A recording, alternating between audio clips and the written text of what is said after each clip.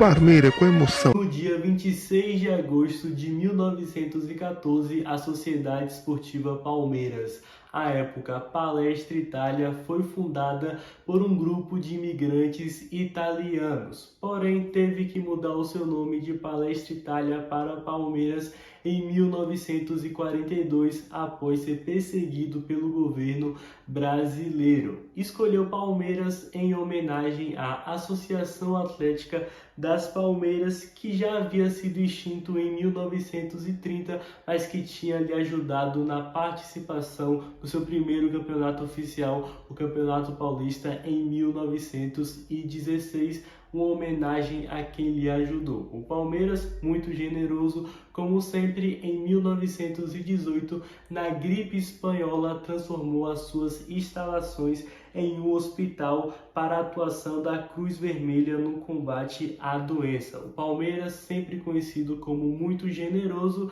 quase 100 anos depois, ou mais precisamente, mais de 100 anos depois, 102 anos depois, em 2020, na pandemia do coronavírus, foi o único time brasileiro, o único time da Série A não demitir nenhum funcionário na pandemia do coronavírus, e os seus jogadores diminuíram os seus salários para que os funcionários do clube não fossem demitidos e nem que tivessem seus salários atrasados. O Palmeiras sempre foi conhecido por ser muito generoso, até porque somos uma sociedade esportiva. Sociedade esportiva essa que é muito zoada pelos rivais por, nos seus grandes apogeus, sempre ter grandes patrocinadores. E em 2015, de lá para cá, tem a Crefisa, em que muitos rivais falam que o Palmeiras só ganha por causa da Crefisa. Na década de 90 teve a Parmalat, que muitos rivais só falam porque ganhou caso tinha Parmalat. Mas a questão é que o Palmeiras foi pioneiro em ter patrocinador. Por ser um clube de grande visibilidade, o maior do Brasil, o Palmeiras foi o primeiro clube brasileiro a estampar a marca de um patrocinador. Foi lá na década de 60, quando estampou a marca da Adidas. Bom, desde lá o Palmeiras sempre teve patrocínio, até porque clube que tem visibilidade, clube gigante, o maior do Brasil, tem que ter um grande parceiro ao lado, né? Aí você vê, hoje todo mundo, e à época todo mundo foi vendo que tinha que ter patrocinador para ter dinheiro, para ter isso, para ter aquilo, e o Palmeiras foi o pioneiro nisso, é a Sociedade Esportiva, né? E o Palmeiras, que é o maior clube do Brasil e maior campeão nacional, é o maior campeão brasileiro com 11 títulos e o maior campeão nacional com 17 títulos, tendo mais aí 4 Copa do Brasil, uma Supercopa, uma Copa dos Campeões.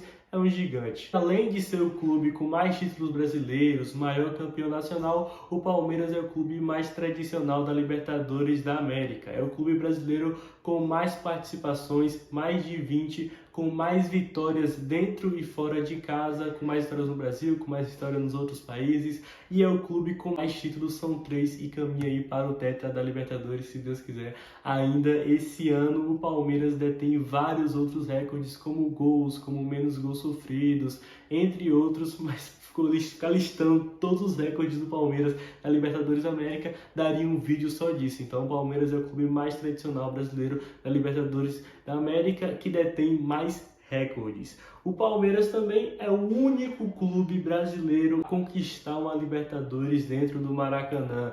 Nem os clubes que mais utilizam, como Flamengo e Fluminense, já conquistaram uma Libertadores dentro do Maracanã. O Fluminense, inclusive, em 2008 perdeu para a LDU na final da Libertadores, enquanto o Palmeiras ganhou em 2020 contra o Santos e é o único time brasileiro a conquistar uma Libertadores dentro do Maracanã. Nem o Flamengo, né, que diz que é a sua casa, né, nunca conquistou uma Libertadores lá. Outra curiosidade sobre o estádio é que aonde é o Allianz Parque hoje é aonde era o Palestra Itália, o antigo estádio do Palmeiras. Foi construído no mesmo local. Local esse que o Palmeiras tem desde 1920. Foi uma das suas primeiras aquisições. Na época valeu R$500. Eu não vou saber te falar especificadamente quanto era na época, mas era muito dinheiro para a época, papo de milhão assim, sabe? Pensando alto.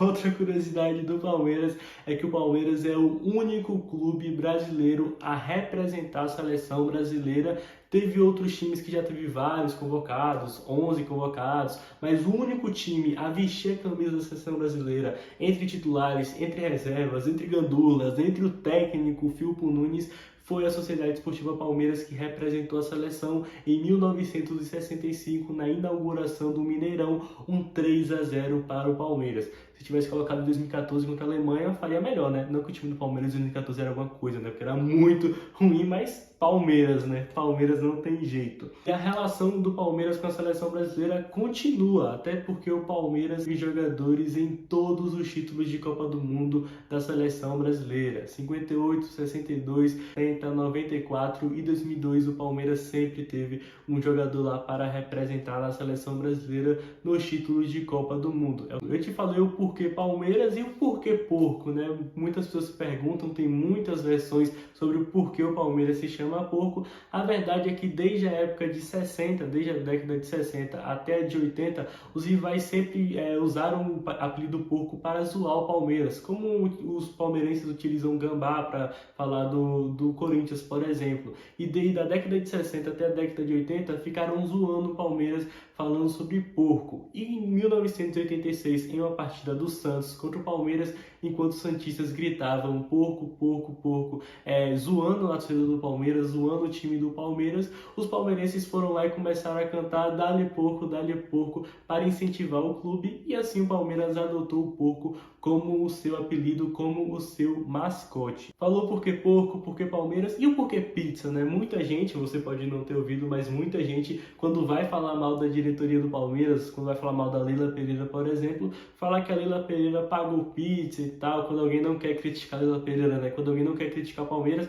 fala sobre ter pago uma pizza pro palmeirense, para não ser corneteiro e etc. E isso surgiu lá na década de 60, quando, em meio à crise financeira de conselheiros do Palmeiras, que passaram 14 horas discutindo numa reunião, com fome eles foram em uma pizzaria e comeram 18 pizzas. Até que o jornalista Milton Peruzzi, do jornal A Gazeta, cravou a manchete no dia seguinte: crise do Palmeiras termina em pizza. Então foi aí que surgiu a expressão pizza, né? Que a Leila pagou tal pizza para tal conselheiro e tal, para não criticar. Enfim, por isso a expressão pizza aí do Palmeiras. Agora, para encerrar aqui, algumas curiosidades pontuais. Quem é o maior goleador da história do Palmeiras? Você pode não conhecer porque ele é muito antigo. É o Heitor, que fez 327 gols pelo Palmeiras lá na década de 20, na década de 30.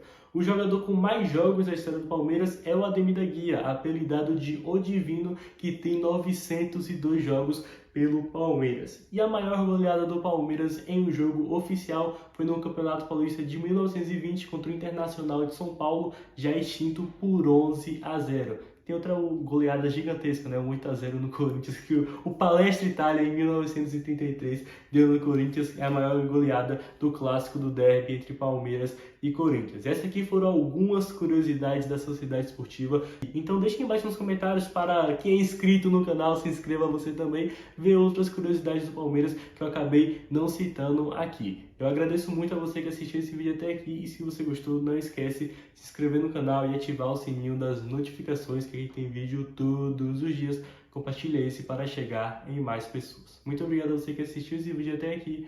Até a próxima e avante palestra. Like a